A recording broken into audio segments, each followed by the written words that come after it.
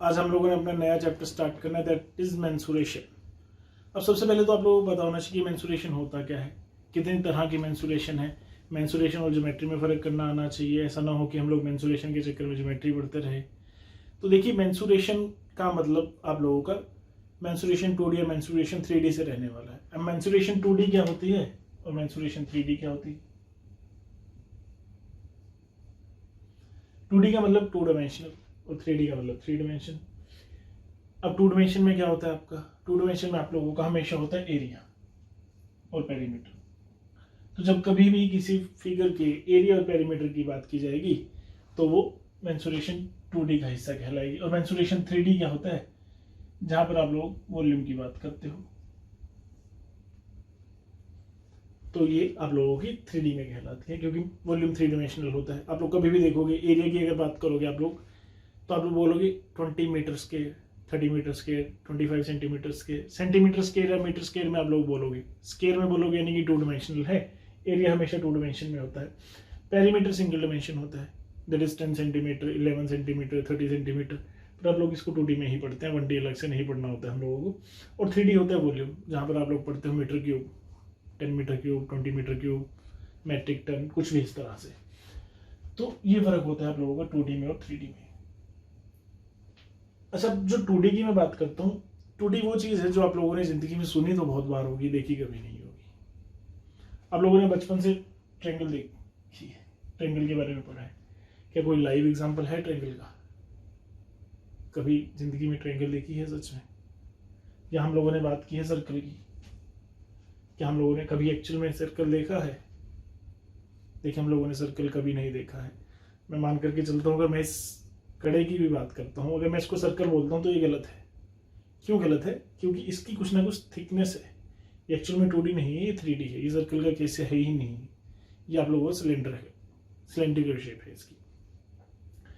अब रेक्टेंगल होता है, रेक्टेंगल आप लोगों ने जिंदगी में कभी नहीं देखा होगा। आप लोग दिमाग में आ सकता है कि पेपर, कि एक वाइट पेपर या ब्लैक पेपर, जो भी पेपर है, कि आप इसको रेक्टेंगल या स्क्वायर की फॉर्म में देख सकते हो, पर ऐसा नहीं है। क्यों? अगर मैं वैसे 100 पेपर मिला दूँ तो कुछ ना कुछ थिकनेस हो जाएगी। उस थिकनेस को 100 से डिवाइड कर दूँ तो एक पेपर की थिकनेस आ जाएगी, यानी कि इसकी भी तीसरी डायमेंशन आप लोगों को मिल चुकी है। तो जब कभी पेपर की बात की जाएगी तो वो भी आप लोगों के पास रेक्टेंगल या स्क्वायर नहीं होता है, वो भी क्यूब या क्यूबॉइड का केस आप लोगों के पास रहने वाला है। तो 2D में बेसिकली आप लोग वो चीज़ें पढ़ते हो जो जिंदगी में कभी देखी नहीं। हाँ, इस तरह की शेप जरूर देखी है, ड्रॉ कर सकते हैं हम लोग, सर्कल ड्रॉ कर सकते हैं, ट्रायंगल ड्रॉ कर सकते हैं, रेक्टेंगल ड्रॉ कर सकते हैं, पर एक्चुअल में कभी देख नहीं सकते। ये फर्क है 2D और 3D में। तो हम लोग सबसे पहले 2D पढ़ते हैं। अब 2D में आप लोगों को क्या क्या पढ़ना है उसके बारे में बात कर लेते हैं। 2D में बेसिकली आप लोगों को पढ़ना होता है सर्कल और पॉलीगन। अब पॉलीगन क्या है और सर्कल क्या है? सर्कल पर हम लोग बाद में आएंगे, सबसे पहले हम लोग पढ़ेंगे पॉलीगन। तो सबसे पहले आप लोगों को पॉलीगन पता होना चाहिए होता क्या है। पॉलीगन की डेफिनेशन बोलते हैं एक close figure having more than 2 sides. 2 side से ज्यादा किसी भी क्लोज फिगर को आप लोग पॉलीगन बोलोगे। देखिए, ये क्लोज फिगर है, बिल्कुल है। मोर देन 2 साइड्स है, बिल्कुल है। तो ये आप लोगों को पॉलीगन कहलाएगा। रेक्टेंगल पॉलीगन कहलाएगा। स्क्वायर, देखो जिसकी 3 साइड होती है उसको ट्रायंगल बोलते हैं, पॉलीगन का केस है। पॉलीगन में फर्दर केस होते हैं, 3 साइड वाले को ट्रायंगल बोल दिया जाएगा, 4 साइड वाले को क्वाड्रिलेटर बोल दिया जाएगा, 5 वाले को पेंटागन, 6 को हेक्सागन, 7 को सेप्टा, 8 को ऑक्टागन, कुछ इस तरह से। तो आप लोगों के पास पॉलीगन में जो चीजें पढ़नी है, आप लोगों ने ट्रायंगल पढ़नी है, क्वाड्रिलेटर पढ़ना है। अब क्वाड्रिलेटर में अलग अलग केसेस पढ़ने हैं। रेक्टेंगल क्या है और स्क्वायर क्या है। रेक्टेंगल से पैरेललोग्राम कैसे बना है, स्क्वायर से रोम्बस कैसे बना है, ट्रेपेजियम कैसे बना है, ये सारी चीजें 5 चीजें आप लोग क्वाड्रिलेटर में पढ़ोगे। हालांकि 2-3 चीजें और होती है, आप लोगों ने नहीं पढ़नी है। इसके अलावा 1 या 2 केस आप लोग हेक्सागन या ऑक्टागन के भी देखोगे। 1 या 2 क्वेश्चन हेक्सागन या ऑक्टागन से बनते हैं, वो मैं आप लोगों को करवा दूंगा। तो आप लोग पॉलीगन में ये सब पढ़ने वाले हो 2D के केस में, ठीक है। और इधर आप लोग पढ़ने वाले हो सर्कल। सर्कल क्या है, सर्कल का एरिया कितना होता है, पेरीमीटर क्या है, सेक्टर क्या होता है, मेजर सेक्टर क्या है, मेजर आर्क क्या है, सेगमेंट क्या है, ये सारी चीजें। तो आज हम लोग सबसे पहले स्टार्ट करते हैं ट्रायंगल से। सबसे पहले हम लोग मेंसुरेशन 2D में पढ़ेंगे ट्रायंगल। देखिए, 2D पढ़नी है यानी कि एरिया पेरीमीटर की ही बात करनी है, तो मैं यहाँ पर आप लोगों को इसकी प्रॉपर्टीज नहीं पढ़ाने वाला हूँ, ऑल्दो बहुत सी प्रॉपर्टीज हैं जो आप लोग ज्योमेट्री में पढ़ते हो, ठीक है। तो हम लोगों ने यहाँ पर सिर्फ और सिर्फ एरिया की बात करनी है, ठीक है। एरिया की बात करने से पहले आपको हल्का सा बेसिक इतना जरूर पता होना चाहिए कि ट्रायंगल बनता कैसे है, ट्रायंगल होता क्या है, इसके सारे एंगल्स का सम 180 ही क्यों होता है और कुछ क्यों नहीं होता। ये सारी चीजें आप लोग ज्योमेट्री में पढ़ते हो। अभी के लिए मैं मान करके चलता हूँ, बस एक बार फॉर्मेशन देख लेते हैं कि ट्रायंगल बनती कैसे। लेट इट बी, मुझे ये 3 साइड से एक ट्रायंगल बनानी है, 5 और 6 7 कि एक ट्रायंगल बनाइए जिसकी एक साइड 1 सेंटीमीटर होनी चाहिए, एक 6 सेंटीमीटर होनी चाहिए और एक 7 सेंटीमीटर होनी चाहिए। पढ़ा है हम लोगों ने स्कूल लेवल पर इन क्वेश्चंस को किया है। स्कूल लेवल पर हम लोग क्या करते थे, जो सबसे बड़ी साइड है लेट इट बी 7 सेंटीमीटर, उसको हम लोग सबसे नीचे यानी कि बेस मान करके चलते थे। हालांकि आप लोग 5 या 6 भी मान सकते हो, कोई दिक्कत वाली बात नहीं है। मैंने 7 सेंटीमीटर इसको माना, फिर हम लोग करते थे 5 सेंटीमीटर की प्रकार खोलते थे और एक ऐसे चाप लगा देते थे इस पॉइंट से, और फिर 6 सेंटीमीटर की यहाँ से एक प्रकार खोल के इस तरह से। अब जिस पॉइंट पर इंटरसेक्ट करते हैं दोनों पॉइंट को मिलाया जाता था, तो इस तरह से ट्रायंगल बनती थी। अगर आप लोग इस तरह से ट्रायंगल बनाना जानते हो तो आप लोग समझ पाओगे कि ट्रायंगल की जो ज्योमेट्री की प्रॉपर्टी है कि दो साइड का सम 30 से ज्यादा ही होना चाहिए हमेशा, या difference between two sides must be less than और equal, sorry less than to the third side, ये सारी प्रॉपर्टीज यहाँ से निकल कर सामने आती है। अब 2D पढ़ने के लिए यानी कि एरिया पढ़ने के लिए आप लोगों को टाइप ऑफ ट्रायंगल पता होना चाहिए कि कितनी तरह की ट्रायंगल होती है, टोटल कितनी तरह की ट्रायंगल होती है। तो इस क्वेश्चन का आंसर है दो तरह की ट्रायंगल आप लोगों के पास होती है। पहली होती है साइड बेस्ड ट्रायंगल और दूसरी होती है angle based triangle. Side based triangle में फर्दर पार्ट है 3 और एंगल बेस्ड ट्रायंगल में फर्दर पार्ट है 3। साइड बेस्ड यानी कि जब हम लोग ट्रायंगल को साइड्स के बेस पर अलग अलग करते हैं। सबसे पहले इक्विलेटर ट्रायंगल क्या होती है, आइसोसेलेस क्या होती है, स्केलिन ट्रायंगल क्या होती है, फिर एंगल के बेस पर देखते हैं एक्यूट एंगल ट्रायंगल क्या है, राइट एंगल ट्रायंगल क्या है और ऑब्टयूज एंगल ट्रायंगल क्या है। तो एरिया के लिए आप लोगों को बस साइड बेस्ड ट्रायंगल ही पढ़नी पड़ेगी। तो चलिए स्टार्ट करते हैं area of triangle.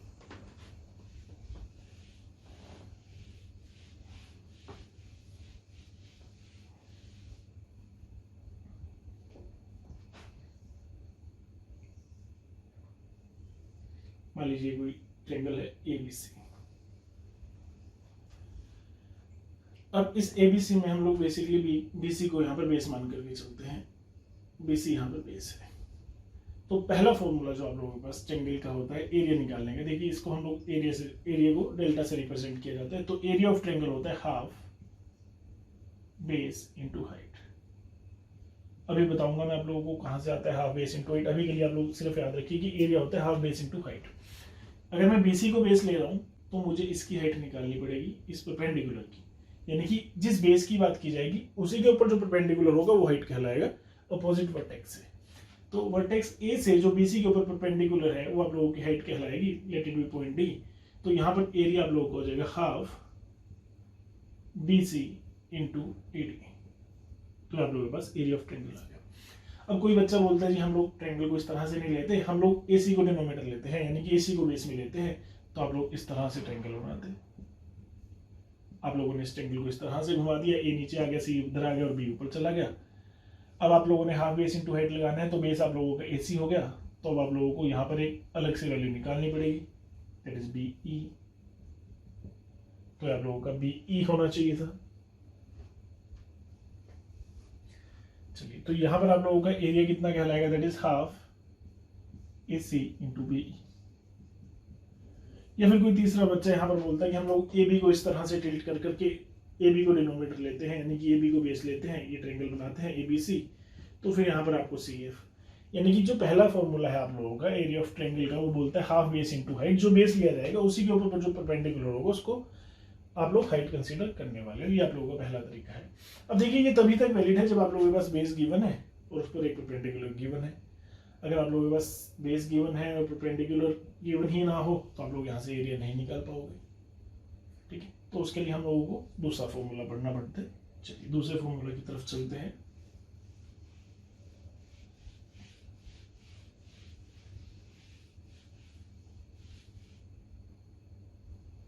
Late it B triangle ABC again. अब ट्रायंगल का एक रूल और होता है, जो वर्टेक्स ए है इसकी अपोजिट साइड को स्मॉल ए से रिप्रेजेंट किया जाता है, बी की अपोजिट साइड को स्मॉल बी से और सी की अपोजिट साइड को स्मॉल सी से रिप्रेजेंट किया जाता है।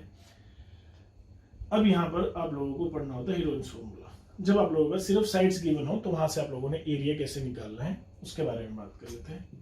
सबसे पहले तो मैं आपके लिए फॉर्मूला लिख देता हूँ, आप सभी ने पढ़ा होगा, s into s minus a s minus b into s minus c, ये आप लोगों का फॉर्मूला होता है जी। अब यहाँ पर एस क्या है इसके बारे में बात कर लेते हैं। एस आप लोगों का होता है semi perimeter, that is semi perimeter. अब पेरीमीटर क्या है, सेमी पेरीमीटर पढ़ने के लिए पेरीमीटर पढ़ना पड़ेगा हम लोगों को। पेरीमीटर को आप लोग ऐसा समझ सकते हो कि किसी एक पॉइंट से चलकर उसी पॉइंट पर वापस पहुंचना पेरीमीटर कहलाता है।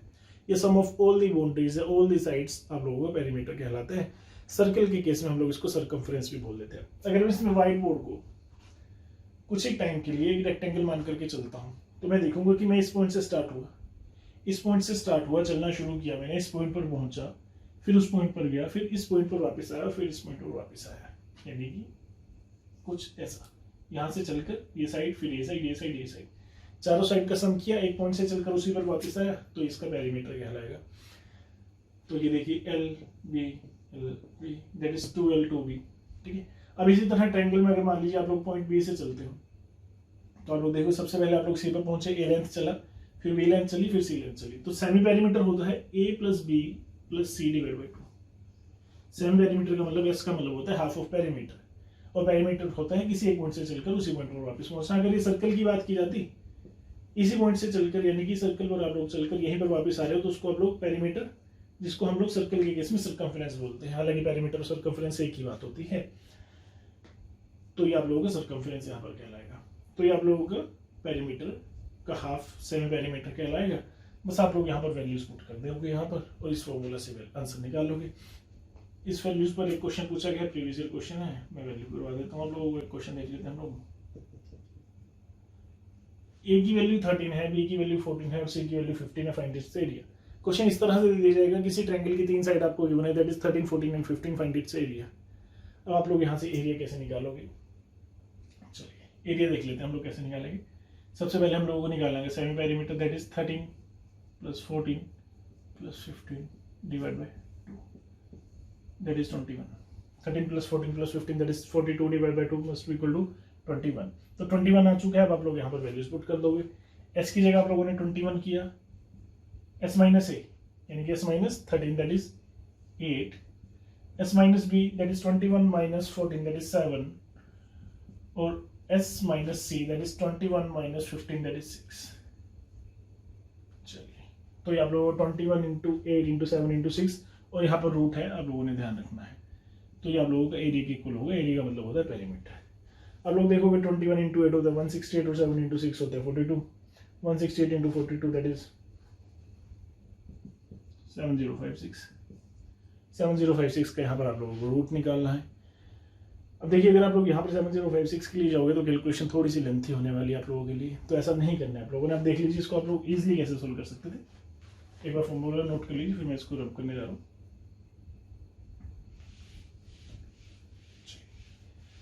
अब यहाँ पर ऐसा नहीं है कि आप लोगों को ये पूरा कैलकुलेट करना है, आप लोग रूट इसका इजीली निकाल सकते थे। वो कैसे निकालेंगे उसके बारे में एक बार बात समझ लेते हैं। चलिए, अगर मैं आप लोगों से पूछता 4 का रूट बताइए मुझे कितना है, तो क्वेश्चन का आंसर होता 2, ठीक है। अगर मैं 9 का रूट पूछता हूँ तो आप लोगों का आंसर होता 3। अगर मैं आप लोगों से पूछता 2 इंटू 2 का रूट, तो कुछ बच्चे तो क्या करेंगे, 2 इंटू 2 4 का रूट 2 कर देंगे। ये कुछ बच्चे इस प्रॉपर्टी को जानते होंगे कि दो वैल्यूज में से एक ही वैल्यू बाहर आ सकती है, तो क्वेश्चन का आंसर 2 हो गया। तो अगर मैं आप लोगों से पूछूं 2 इंटू 2 इंटू 3 इंटू 3, इसका रूट बताइए मुझे, तो ऐसा नहीं है कि आपको इसको मल्टीप्लाई करना पड़ेगा। आप लोग देखोगे कि इन दो पेयर में से एक वैल्यू बाहर आ जाएगी और इन दो पेयर में से एक वैल्यू बाहर आ जाएगी। 2 इंटू 3, क्वेश्चन का आंसर हो गया 6। अब ऐसे ही देखते हैं 2 इंटू 2 4 इंटू 3 12 इंटू 3 36 का रूट 36। तो इसी प्रॉपर्टी का यूज आप लोगों ने यहाँ पर करना है। आप लोगों ने क्या करना है, इसके पेयर बनाने शुरू करने हैं। और पेयर बनाने के लिए आपको क्या करना पड़ेगा, प्राइम फैक्टराइजेशन, यानी कि इसको प्राइम नंबर्स की फॉर्म में तोड़ लेना है। 21 को आप लोग लिख सकते हो 3 इंटू 7, 8 को आप लोग लिख सकते हो 2 इंटू 2 इंटू 2, 7 को एस 7 खुद से प्राइम नंबर है, और 6 को लिख सकते हो 2 इंटू 3।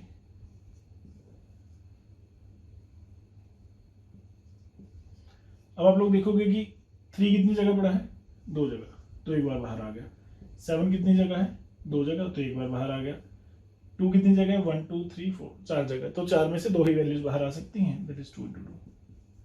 तो आप लोग देखोगे 3 × 7 21 × 4 दैट इज 84। क्वेश्चन आंसर है 84। तो ये आप लोगों का सेकेंड मेथड था एरिया निकालना है, दैट इज हीरोइंस फॉर्मूला, जिसमें आप लोगों के पास सिर्फ साइड्स गिवन होगी और वहां से आप लोगों को एरिया फाइंड आउट करना होगा।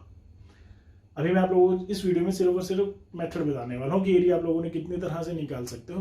हालांकि मैं यहाँ पर आपको एक चीज और बता देता हूँ कि इस पैटर्न पर, इसी फॉर्मूला पर वो मैक्सिमम लेंथी क्वेश्चन कैसे बना सकते हैं, वो आप लोगों को यहाँ पर बोल देता कि एक साइड है जिसकी साइड्स हैं ट्रायंगल 13 14 एंड 15, तो आप बताइए कि 14 पर पेरीमीटर या परपेंडिकुलर कितना होगा,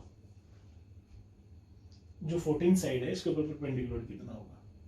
यानी कि वो जो इससे पहले आप लोग पढ़कर आए हो हाफ बेस इनटू हाइट, और दूसरा फॉर्मूला हीरोइंस फॉर्मूला, इन दोनों को मिलाकर के एक क्वेश्चन पूछना चाहता है। अगर एग्जामिनर एक क्वेश्चन में आप लोगों से 2 प्रॉपर्टीज पूछना चाहे, 2 फॉर्मूला पूछना चाहे, तो वो कुछ इस तरह से पूछेगा। तो फिर आप लोग देखते हैं कि यहाँ से तो आप लोगों ने इसका एरिया निकाल लिया, दैट इज 84। फिर आप लोगों से पूछा गया कि 14 पर, यानी कि ये लेट इट बी bx, ये परपेंडिकुलर जो होगा bx की लेंथ कैसे निकालोगे आप लोग। आपको पता है कि एक ट्रायंगल का एरिया आप किसी भी मेथड से निकालिए, एरिया हमेशा सेम रहने वाला है। तो फिर आप लोग उस केस में करते हैं हाफ इंटू 14 इंटू bx, जो कि आप लोगों ने हाइट मानी है, जो परपेंडिकुलर माना है, मस्ट बी इक्वल टू 84। इसको आप लोग सोल्व करते हैं, ये कैंसिल हो गया तो 6, 2 मल्टीप्लाई किया तो bx की वैल्यू आ गई है 12। तो यहाँ पर इसकी वैल्यू होती है 12। इस तरह से दोनों फॉर्मूलों को मिलाकर के एक क्वेश्चन पूछा जा सकता है। चलिए आगे चलते हैं और मेथड देखते हैं एरिया फाइंड आउट करने के।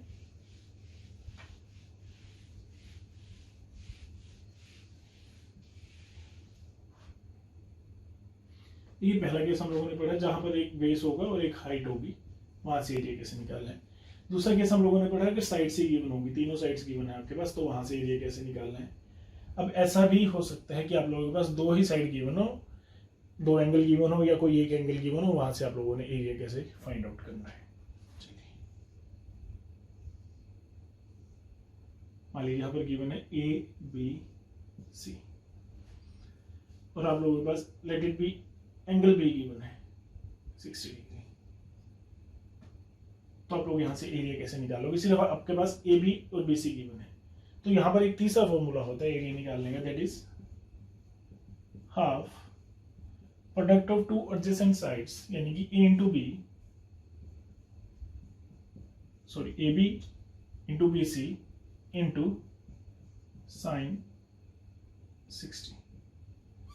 तो यहां पर अगर मुझे एरिया निकालना हो तो मैं कैसे निकालूंगा, half AB into BC into sine 60। ये प्रॉपर्टी आप लोगों को क्या बोलती है कि जो भी 2 साइड्स गिवन होंगी आपके पास, उन दोनों के बीच का एंगल आप लोगों के पास गिवन होना चाहिए।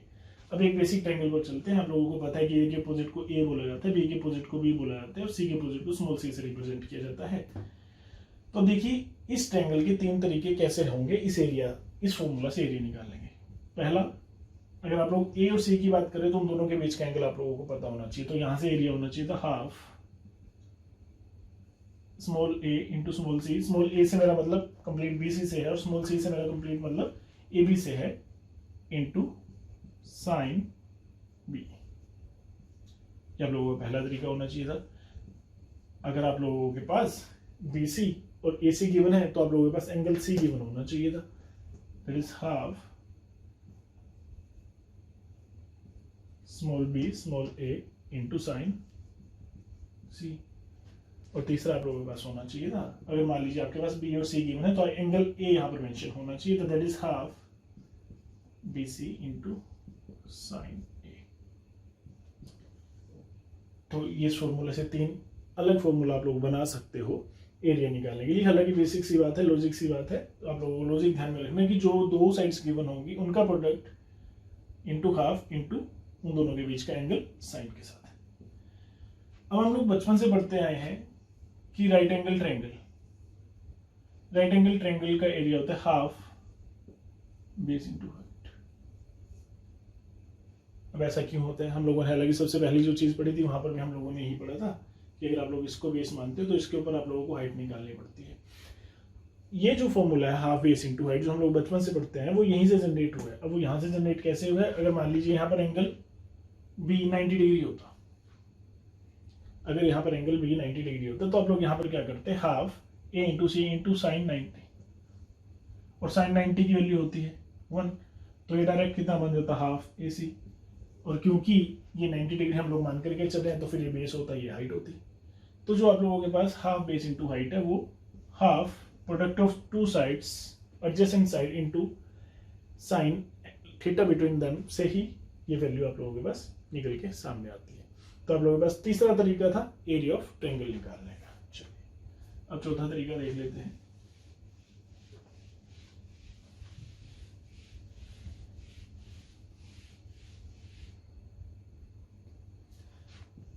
हम लोग केस देखते हैं इक्विलेटरल ट्रायंगल का। अब इक्विलेटरल ट्रायंगल क्या होती है, इक्विलेटरल ट्रायंगल का मतलब होता है कि सारी ही साइड्स इक्वल होनी चाहिए। अब अगर सारी ही साइड्स इक्वल हैं जी तो सारे एंगल भी इक्वल रहेंगे। अब अगर सारे एंगल इक्वल हैं,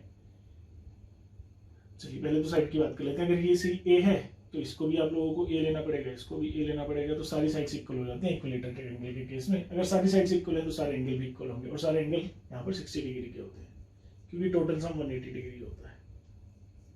चलिए ध्यान देना आप लोग इस बात पर कि 180 होता क्यों है, एक ट्रायंगल के सारे एंगल का सम 180 ही क्यों होता है, कुछ और क्यों नहीं। चलिए तो ये एक ट्रायंगल है। अब यहाँ से देख लेते हैं क्या रिजल्टेंट निकल के सामने आता है। मैंने यहाँ पर एक परपेंडिकुलर ड्रॉ किया, अगर परपेंडिकुलर ड्रॉ किया सिमेट्रिकल फिगर है तो ये a/2 कहलाएगा और ये भी a/2 कहलाएगा।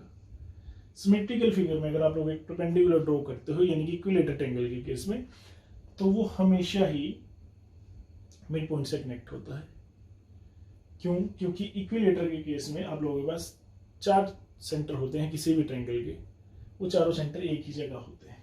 हालांकि वो ज्योमेट्री का केस आप लोगों को पढ़ने की जरूरत नहीं है, तो अभी के लिए आप लोग सिर्फ इतनी सी बात ध्यान रखो कि इक्विलेटरल ट्रायंगल के केस में अगर आप लोग परपेंडिकुलर ड्रॉ करते हो तो वो अपोजिट साइड को बाइसेक्ट करता है। तो ये भी हाफ, ये भी हाफ और ये भी। तो यहाँ पर मैं सिर्फ इस पॉइंट को डी मानता हूँ और यहाँ पर एक ट्रायंगल अलग से ड्रॉ कर लेता हूँ, दैट इज ADC। इस पार्ट को मैंने अलग से ड्रॉ कर लीजिए, ADC। अब ADC है, ये A है तो ये a/2 होगा। अब अगर ये A है, ये a/2 है, तो आप लोग इसकी वैल्यू निकाल सकते हो। कैसे निकाल सकते हैं? राइट एंगल ट्रायंगल में आप लोगों के पास एक प्रॉपर्टी होती है, परपेंडिकुलर बेस और हाइपोटेन्यूज होता है। प्रॉपर्टी आप लोगों को बोलती है perpendicular square plus base square must equal to hypotenuse square. ये छोटा सा formula, that is p square plus b square is equal to s square. आप लोगों को एक पूरा चैप्टर लेकर के बैठा, हालांकि आप लोगों को एग्जाम में नहीं आना वो चैप्टर, सिर्फ एक इतना छोटा सा फॉर्मूला, मैथ का सबसे मुश्किल चैप्टर जिसको हम लोग ट्रिग्नोमेट्री बोलते हैं, वो लेकर के बैठा है। सिर्फ इसी फॉर्मूला पर सारी ट्रिग्नोमेट्री आप लोगों की चलती है। चलिए वापस आते हैं। तो हम लोगों के पास यहाँ पता होता है कि परपेंडिकुलर स्केयर, बेस का square must be equal to height square, hypotenuse square. तो यहाँ पर आप लोग देखोगे कि AD का स्केयर प्लस DC का स्केयर इज इक्वल टू होना चाहिए था AC का स्केयर, क्योंकि ये राइट एंगल ट्रायंगल था यहाँ पर। तो आप लोग देखोगे कि AD की वैल्यू आपको निकालनी है, AD square is equal to AC square, AC square हो चुका है A स्केयर, और ADC स्केयर उधर जाकर माइनस होने वाला था, यानी कि हाफ A स्केयर। तो यहां से आप लोग देखोगे कि AD square is equal to A square minus A square divide by 4 और 3A स्केयर बाई 4। तो AD की वैल्यू यहां से आ चुकी है √3/2A। ये एक्सप्लेनेशन आप लोगों को याद नहीं रखनी, आप लोगों को बस ध्यान में होना चाहिए। अगर आप लोगों से सिर्फ पूछा जाता है कि what is the height of perpendicular in equilateral case, तो आप लोग बोलोगे कि AD is equal to √3/2A। ये आप लोगों की हाइट होती है। अब यहां पर ये हाइट आ चुकी है आप लोगों के पास, अब हाइट आ चुकी है यानी कि इस ट्रायंगल की हाइट आ चुकी है AD की। तो यहाँ से एरिया कितना होना चाहिए था? एरिया होना चाहिए था आपका हाफ बेस यानी कि BC into height is equal to AD। तो आप लोग देखोगे कि हाफ BC की जगह आप लोग कितना पुट करोगे, दैट इज A, और AD की जगह कितना पुट करोगे आप लोग, √3/2A। तो यहां से आप लोगों का एरिया आ जाएगा √3/4A स्क्वायर। तो आप लोगों का ये एरिया होता है इक्विलेटरल ट्रायंगल का। तो आप लोगों को इस पूरी एक्सप्लेनेशन में से दो ही चीज़ें हमेशा ध्यान में रखनी है कि हाइट इक्विलेटरल ट्रायंगल के केस में होती है √3/2a², और एरिया जिसको हम लोग डेल्टा से रिप्रेजेंट करते हैं दैट इज √3/4a²। ये एरिया ऑफ ट्रायंगल का आप लोगों के पास चौथा फॉर्मूला है। तो आप लोगों के एग्जाम पॉइंट ऑफ व्यू से आप लोगों को ये चार ही तरीके पढ़ने हैं एरिया फाइंड आउट करने के ट्रायंगल के। सबसे पहले में आप लोगों ने देखा half base into height, second में आप लोगों ने देखा हीरोइंस फॉर्मूला, थर्ड में आप लोगों ने देखा half into product of two adjacent side into sine theta, और theta must be the angle between then adjacent sides, और चौथा तरीका आप लोगों ने देखा इक्विलेटरल ट्रायंगल के केस में। हालांकि यहाँ पर एक पांचवा केस भी बन सकता है आप लोगों के पास आइसोलेस ट्रायंगल, यानी कि अगर दो साइड्स इक्वल हो, वो पढ़ना वर्थ नहीं है, वो फिर लेंथी हो जाता है, थोड़ा सा ज़्यादा चीज़ें याद रखने के लिए रह जाती है। तो उस तरह के सारे क्वेश्चन आप लोग बड़े आराम से हीरोइंस फॉर्मूला से बना सकते हो। हालांकि आप लोग हीरोइंस फॉर्मूला से ये भी बना सकते हो, सारी वैल्यूज को ए पुट करके देखोगे तो आप लोगों के पास ये फॉर्मूला फिर से बन जाएगा। इसके अलावा भी कुछ एक तरीके होते हैं जो आप लोगों को नहीं पढ़ने हैं, आप लोगों को एग्जाम पॉइंट ऑफ व्यू से इतने तरीके बहुत हैं ट्रायंगल के एरिया फाइंड आउट करने के। आज हम लोगों ने ट्रायंगल के एरिया सीखा, एक दो वीडियोज में हम लोग नेक्स्ट में क्वाड्रिलेटर देखेंगे, फिर सर्कल देखेंगे, और फिर एक लास्ट वीडियो में इन सभी के क्वेश्चन एक साथ में करेंगे। तो तब तक आप लोग इन सारे फॉर्मूलाज को अच्छे से करिए, प्रैक्टिस करते रहिए। All the best.